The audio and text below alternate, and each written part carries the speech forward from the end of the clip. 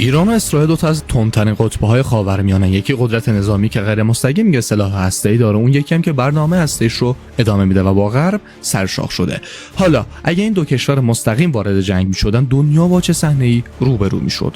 توی روزهای اول جنگ طبق دکترین تاریخی اسرائیل با یه حمله هوایی سریع و غافلگیر کننده تأسیسات هسته‌ای، سامانه‌های موشکی و مراکز فرماندهی ایران رو مورد هدف قرار میداد. ایران هم در جواب از طریق حزب الله لبنان هزاران راکت به سمت شمال اسرائیل شلیک میکرد.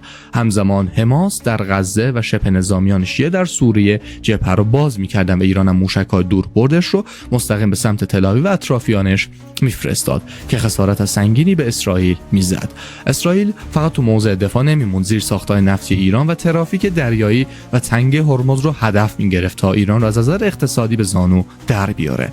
اما نقطه حساس این جنگ این بود که چقدر منطقه‌ای باقی موند. آمریکا احتمالا مستقیم وارد جنگ نمیشد، ولی پشت اسرائیل پشتیبانی لوجستیکی میداد. با این حال اگه جنگ طول میکشید و پایگاه‌های آمریکا در خلیج فارس هدف ایران قرار میگرفت و بعد از چند هفته با ورود سازمان ملل و قدرت‌های بزرگ موضوع آتش‌بس روی میز قرار میدادند، در پایان نه تنها ایران میتونست پیروزی مطلق به دست بیاره، اسرائیل هم نمیتونست. ایران نفوذ منطقه‌ایش رو از دست میداد و اسرائیل هم از نظر اقتصادی و اجتماعی ضربه سنگینی میخورد.